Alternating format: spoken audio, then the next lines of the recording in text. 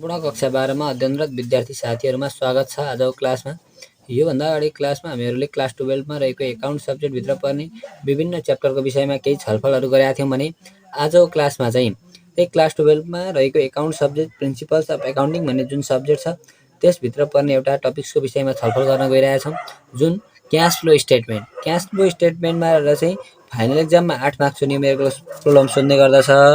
योभन्दा अगाडिको चाहिँ आएको फाइनल एक्जाममा आएको क्वेशनहरु हेर्ने हो भने चाहिँ के पाइन्छ त भन्दाखेरि डाइरेक्ट क्याश फ्लो स्टेटमेन्टको डाइरेक्ट मेथडबाट मात्रै आएको पाइन्छ। तर यो 2080 सालमा चाहिँ एनबीले निकालेको मोडल सेटमा हो, अहिले पब्लिक भएको सेट उनीमा चाहिँ के छ त मोडल सेटमा चाहिँ भन्दाखेरि इन्डाइरेक्ट मेथड पनि 8 मार्क्समा आएको पाइन्छ। पहिलेको वर्ष चाहिँ 2 मार्क्समा मात्रै आउँथ्यो, थोरै अध्ययन गर्दा हुन्थ्यो र 8 मार्क्समा आउन सक्ने सम्भावना भएकाले यो च्याप्टरबाट चाहिँ हामीहरुले एउटा भिडियो बनाउन चाह्यौं र यहाँनिर मैले एउटा इन्डाइरेक्ट क्याश फ्लोको फर्मेट लिएको छु। यहाँ हेर्नु त, cash flow statement cash flow from operating activities. यहाँ cash flow statement indirect method for the year ended हो, फर द इयर इन्डेड। यसमा पार्टिकुलर एमाउन्ट भयो। सुरुमा के छ cash flow from operating activities. यो हामीहरुसँग के हुन्थ्यो त डाइरेक्ट मेथडमा भन्दाखेरि अपरेटिङ, इन्भेस्टिङ र फाइनान्सिङ हुन्थ्यो।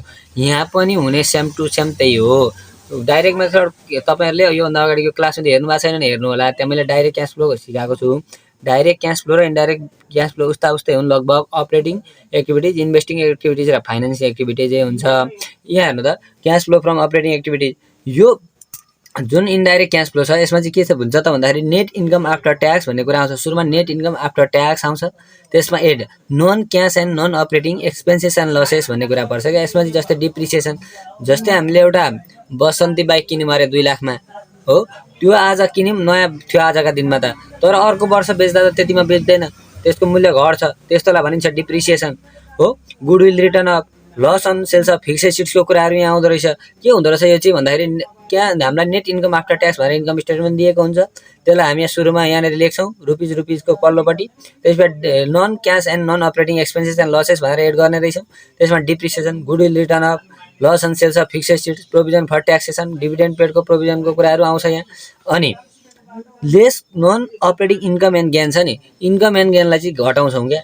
जस्तै इन्कम स्टेटमेन्टमा हामीलाई एडमा दिएकोलाई लेस गर्छौं, लेसमा दिएकोलाई एड गर्छौं हामीहरु गर्न चाहिँ। तर त्यसरी बुझ्नु भन्दा पनि हामीहरु के गरौँ त भन्दाखेरि non operating income and gain छ नि हो, यसलाई gain on sales of fixed assets, जस्तै मास्तिर loss on sales of fixed assets non cash and non operating expenses दियो। तलतिर चाहिँ के लेख्दो रहेछौं त भन्दाखेरि non operating income and gain. अब gain on sales of fixed एसेट्सको कुरा, डिभिडेन्ड रिसिभ, इन्ट्रेस्ट रिसिभको कुराहरु यहाँ एडजस्ट गर्छौं। त्यति गरिसक्दा यहाँ हेर्नु ल, हामीले माथि के गर्यौं इन्कमको कुरा तान्यौं, त्यसपछि add non cash and non अपरेटिङको कुरा जोड्यौं, त्यसपछि less non operating income and गेनमा लस गर्दा चाहिँ के हुन्छ फन्ड्स फ्रम अपरेसन हुन्छ क्या। Funds from operation, funds from अपरेसनको कुरा चाहिँ यहाँनिर आयो। जस्तै के गर्दा non cash and non operating expenses and लसेसलाई जोड्यौं, ल नन अपरेटिङ इन्कम एन्ड गेनलाई घटायौं, अनि त्यति गर्दा आउँछ फन्ड्स फ्रम अपरेसन। अब हेर्नु ल, यो तपाईहरुले चाहिँ अपरेटिङ एक्टिभिटिजमा जे गर्नुभयो त्यही पढ्नुपर्छ। हेर्नु त यहाँ डिक्रिज इन करेन्ट एसेट्स छ, इन्क्रिज इन करेन्ट एसेट्स छ, decrease in current liability, increase in current liability. अब डाइरेक्ट मेथडमा के हुन्थ्यो त भन्दाखेरि मैले एउटा इक्वेसन सिकाएको थिएँ तपाईहरुलाई। जस्तै एसिड्स लायबिलिटीज इन्क्रिज डिक्रिज, हेर्नु ल डिक्रिज। अब हेर्नु acids increase decrease, acids increase assets decrease, अनि लायबिलिटीज इन्क्रिज लायबिलिटी डिक्रिज भनेर यसरी मैले एउटा गराएको थिएँ। तपाईहरुले सम्झिनु भयो भने एसिड्स इन्क्रिज भयो भने माइनस, अनि लायबिलिटीज लिस्ट डिक्रिज भयो भने माइनस। यसरी यहाँ क्रस बनाएर मैले माइनस प्लसको कुरा सिकाएको थिएँ तपाईहरुलाई। यो भन्दा अगाडिको भिडियो हेर्नुभएको छ भने हेर्नु होला, यसरी नै गर्नुपर्छ। अब यसरी हामी के गर्नुपर्छ, यो इन्डाइरेक्ट क्याश फ्लो हो नि त। इन्डाइरेक्ट क्याश फ्लोमा पनि तपाईहरुले के गर्न सक्नुहुन्छ त भन्दाखेरि यहाँदेखि यो अपरेटिङको यति नै हो, सक्यो। यहाँनिर करेन्ट एसेट्स र करेन्ट लायबिलिटी एडजस्ट गरेपछि सक्यो।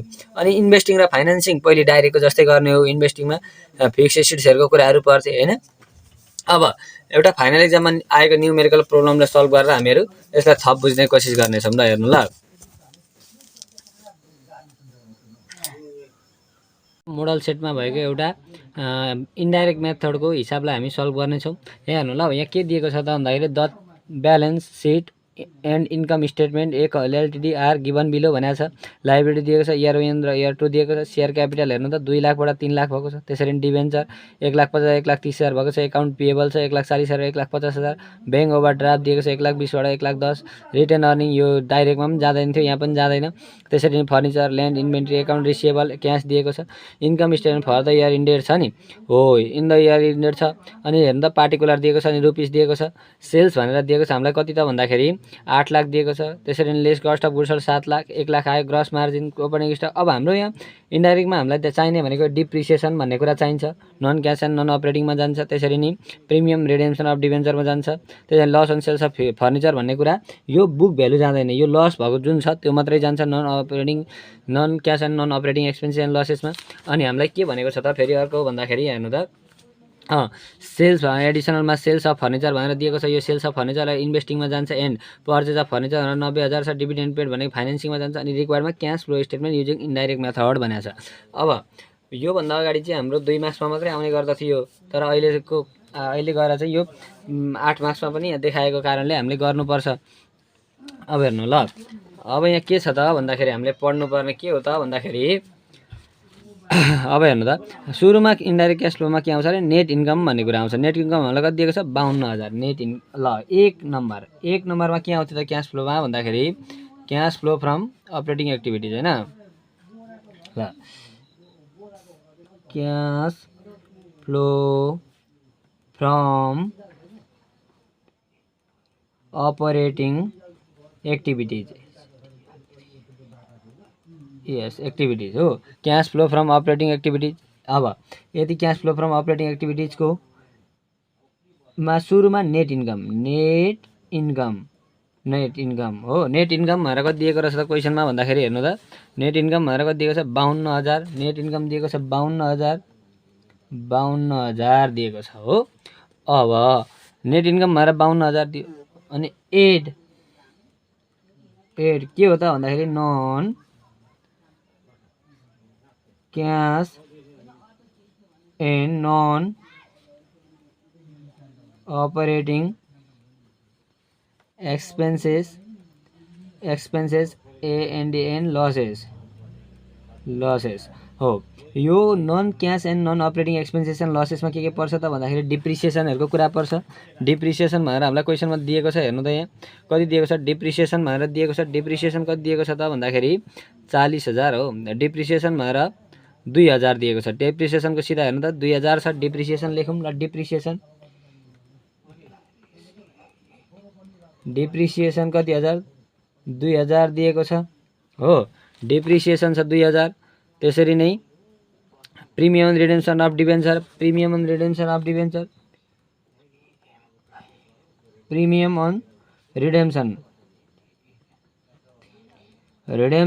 अन डिभेन्चर भन्ने कुरा जान्छ। डिभेन्चर रिडेम्सन अफ डिभेन्चर भनेर कति दिएको छ त भन्दाखेरि 1,000 दिएको छ क्वेसनमा।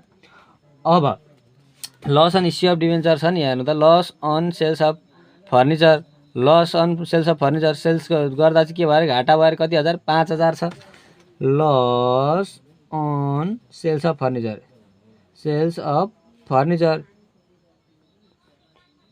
फर्निचर कति हजार छ भन्दाखेरि 5,000। अब यति भयो हो। अब यसलाई के गर्ने हो त भन्दाखेरि यो 5 एकले 6 2 ले 7 8 8,000 जोड्ने। 8,000 यहाँ माथि हेर्नु त 52,000 छ नि ल 52,000 गर्ने।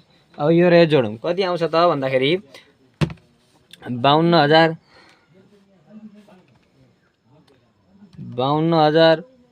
प्लस कति हजार 8,000 गर्दाखेरि 60,000 आयो। ठिक छ 60,000 आयो। अब हाम्रो फर्मेट सम्झिनु भने के थियो त भन्दाखेरि लेस गर्ने। लेस यसलाई केही नलेख्दा हुन्छ non operating income and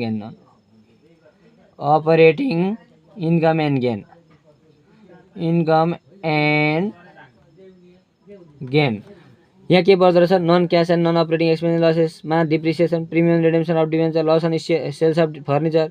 non operating income and गेनमा चाहिँ के हुन्छ त भन्दाखेरि नन अपरेटिङ इन्कम एन्ड गेनमा चाहिँ के पर्छ त भन्दाखेरि अब इन्कमका कुराहरू पर्छन्। यहाँ इन्कमका कुराहरू दिएको छ त, यहाँ हेर्नु त दिएको छ यहाँ कहीँ यहाँ इन्कमको कुरा जस्तै gain on sales of fix एसेट्सको कुरा हो, इन्ट्रेस्ट रिसिभ डिभिडेन्ड रिसिभको कुरा दिएको भए यहाँ आउँथ्यो, छैन।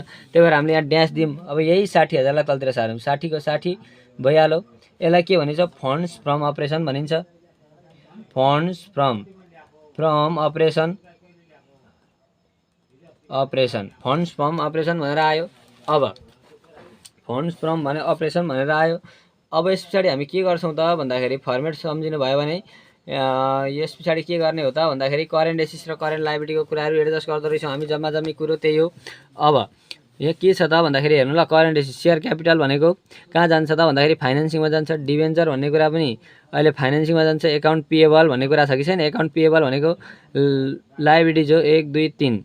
करेन्ट लायबिलिटिज हो कति हजार? एकाउन्ट पेएबल कति हजार छ त भन्दाखेरि 40,000 छ। अनि कति हजार छ भन्दाखेरि 1,50,000 छ हो। अब 40,000 र 1,50,000 हेर्नु है त के भनेको छ त क्वेसनमा भन्दाखेरि पहिलो वर्ष दिएको छ, दोस्रो वर्ष दिएको छ। यसमा के छ त भन्दाखेरि एकाउन्ट पेएबल करेन्ट लायबिलिटी छ। पहिलो वर्ष 1,40,000 छ, दोस्रो वर्ष कति छ? 1,50,000 छ। यहाँ हेर्नु है, एकाउन्ट पेएबल 1,40,000 छ, 1,50,000 छ। अब के गर्ने हो त भन्दाखेरि 1,40,000 बाट 1,50,000 छ, बढेको छ कि छैन भन्नु त? बढेको छ। इन्क्रिज इन के हो त भन्दाखेरि करेन्ट एकाउन्ट पेएबल अथवा पेएबल भनेको छ। के पेएबल भनेको छ? एकाउन्ट पेएबल भनेको छ। अब तपाईहरुलाई एउटा इक्वेसन थाहा छ कि छैन? एसिड्स इन्क्रिज, INCREAS इन्क्रिज र डिक्रिज। ल decrease increase acids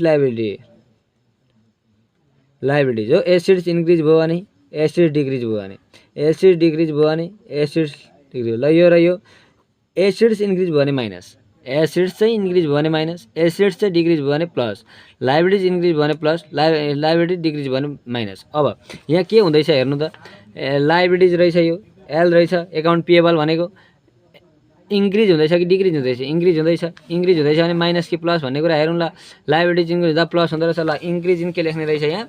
increase in account payable. Increase in account payable. Account payable कति हजार त भन्दाखेरि इन्क्रिज इन एकाउन्ट पेएबल कति हजार त भन्दाखेरि हाम्रो 10,000 हो। अब अर्को एकाउन्ट पेएबल गर्यौँ हामीले। अब ब्याङ्क ओभरड्राफ्ट भन्ने कुरा छ हेर्नु त। ब्याङ्क ओभरड्राफ्ट भनेको पनि यो एउटै हो कुरा। अब फेरि ब्याङ्क ओभरड्राफ्ट भन्ने कुरा आयो। ब्याङ्क ओभरड्राफ्ट ओएस ल ओभरड्राफ्ट। ब्याङ्क ओभरड्राफ्ट भनेको लायबिलिटिज के भनेको छ? 1,20,000 बाट 1,10,000 भएको छ पहिलो वर्ष, दोस्रो वर्ष। पहिलो वर्ष 1,00,000 कति हजार रहेछ त भन्दाखेरि 20,000 रहेछ। 1,20,000 भएको ब्याङ्क ओभरड्राफ्ट, दोस्रो वर्ष त 1,10,000 मात्रै रहेछ भनेपछि घटेछ। डिक्रिज इन के लेख्ने? Bank overdraft. यहाँनिर लेख्दा decrease in bank overdraft. Decrease in bank overdraft.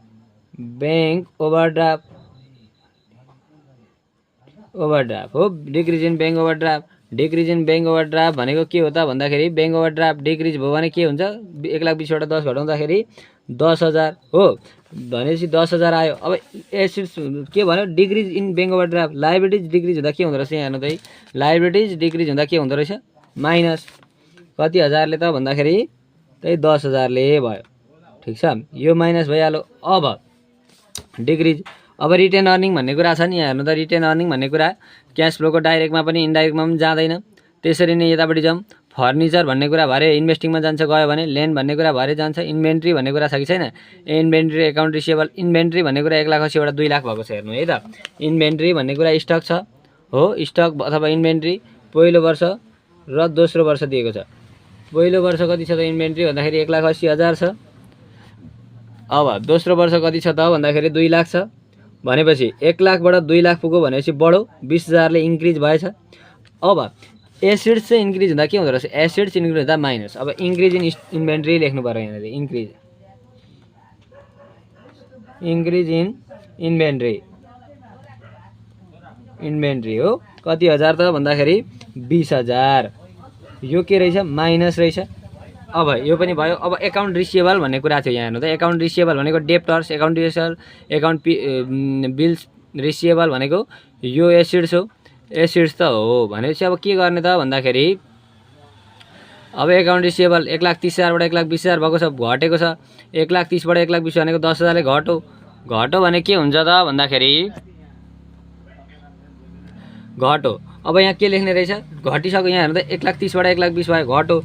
Decrease in के लेख्ने, decrease in account receivable, account receivable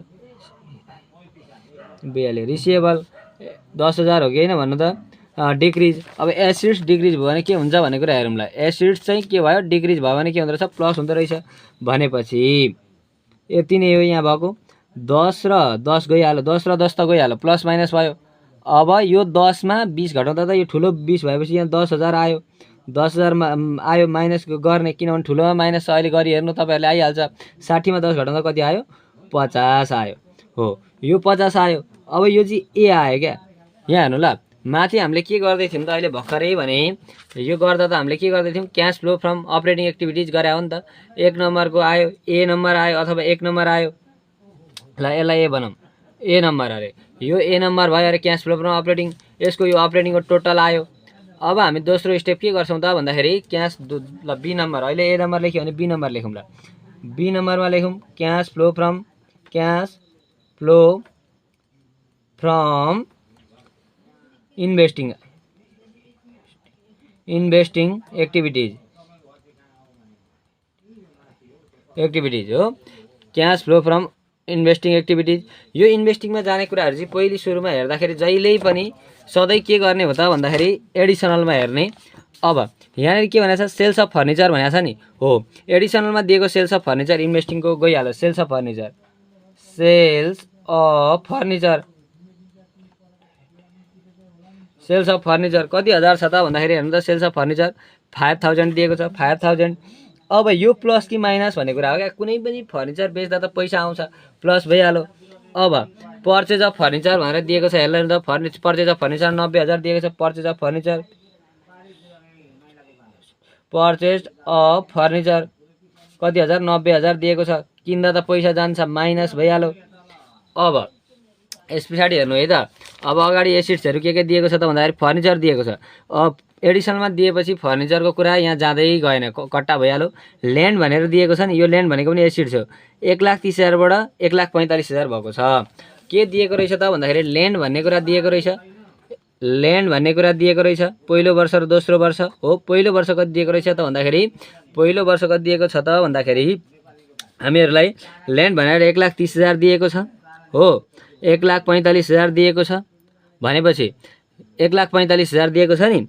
अब के गर्ने त भन्दाखेरि 1,30,000 बाट 1,45,000 त बढ्यो नि त। कतिले बढ्यो, 15,000 ले बढ्यो हो कि होइन। 1,30,000 बाट 45 पुग्दा 15,000 ले बढ्यो हो। यसरी बढ्यो भने पर्चेज अफ ल्यान्ड भनेर लेख्नुपर्छ। जस्तै यही 1,45,000 यहाँ 1,30,000 थियो भने घट्थ्यो भने सेल्स अफ ल्यान्ड भनेर लेख्थ्यौँ हामी जहिले पनि इन्भेस्टिङमा। बढ्यो भने purchase of land, purchase of land भनेर लेखौँ। कति हजार, 15,000 भनेपछि माइनसमा।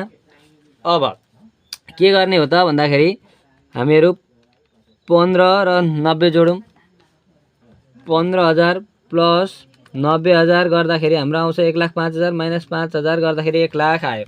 हो इन्भेस्टिङको एन्सर हेरौँ त कति छ त भन्दाखेरि यहाँ हेर्नु, अघि अपरेटिङको हाम्रो ए नम्बरको 50,000 आयो, बी नम्बरको कति आयो, 1,00,000 आयो। यहाँ पनि 1,00,000 आउँछ। 1,00,000 लेख्यौँ। कसरी लेख्यौँ त भन्दाखेरि यो 90,000 मा 15,000 जोड्यौँ, 5,000 घटायौँ, यो बी आयो। Total cash flow from investing activities आयो। यति गर्दा हामीले यो इन्भेस्टिङ पनि सक्यौँ। अब सी नम्बरको गरौँ ल। सी नम्बरमा के आउँछ त भन्दाखेरि cash flow from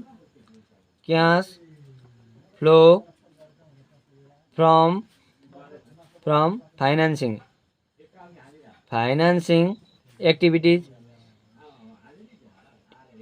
yes activities हो। Cash flow from financing activities. यो क्यास फ्लो फ्रम फाइनान्सिङ एक्टिभिटीमा सेयर डिभेन्चर हो। सेयर डिभेन्चरको कुराहरू पढ्छ हेर्नुहोस्। अब लेखौँ ल। अब हेर्नु है त,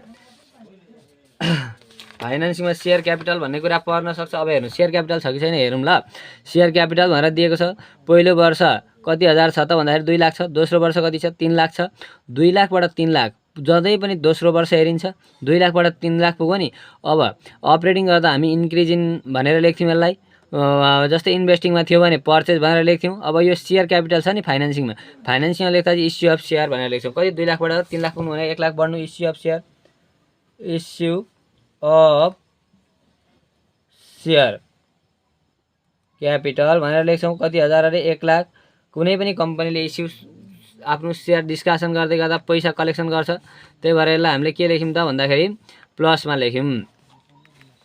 अब त्यहाँदेखि मुनि के आउँछ त भन्दाखेरि त्यहाँदेखि मुनि हाम्रो के छ डिभेन्चर भन्ने कुरा छ। हेर्नु त डिभेन्चर भनेर दिएको छ। डिभेन्चर भनेर 1,50,000बाट 1,30,000 भएको छ भने चाहिँ रिपेमेन्ट अफ डिभेन्चर भनेर लेखौँ। रिपेमेन्ट अफ डिभेन्चर बढो भने इस्यु लेखिन्छ डिभेन्चर र सेयरमा, घटो भने रिपेमेन्ट अथवा रिडेम्सन।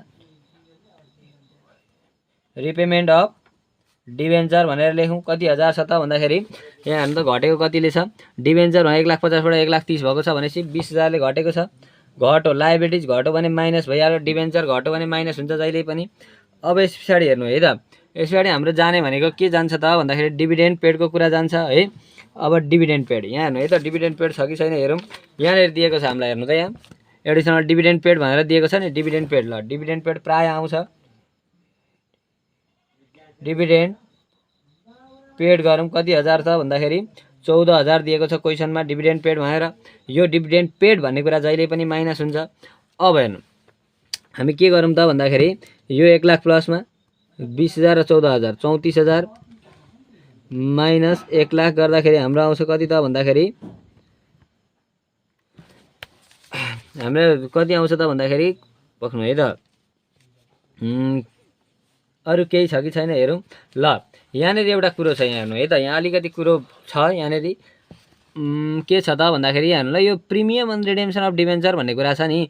जस्तै हामी यो अरू क्वेसनमा डाइरेक्ट क्यास फ्लो गर्दा नि त प्रिमियम रिडेम्सन अफ डिभेन्चर भन्ने 1,000 छ नि, यो कुरालाई 2 ठाउँमा इन्ट्री गर्नुपर्छ। अघि हामीले कहाँनिर गयौँ भन्दा non operating cash and expenses and लसेसमा गऱ्यौँ। अब प्रिमियम रिडेम्सन अफ जुन 1,000 छ नि, यो 1,000लाई चाहिँ हामीहरू यहाँनिर पनि एडजस्ट गर्छौँ।